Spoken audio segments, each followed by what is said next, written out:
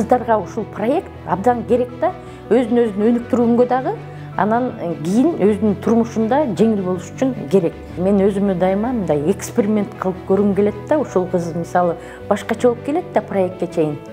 Ошол келгенден кийин уже биз проект бүтүп аткандан кетип атканда, эгер ошол башкача болуп өзгөрсө, мен өзүмдү ушинтип текшерем да, мен ушундай адамды өзгөртө аламбы депчи.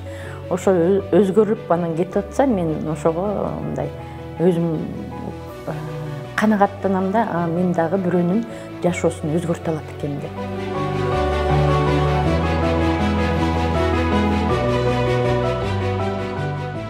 Мурун мен негизинен аябай эле тартынчаак, уялчаак болчумун.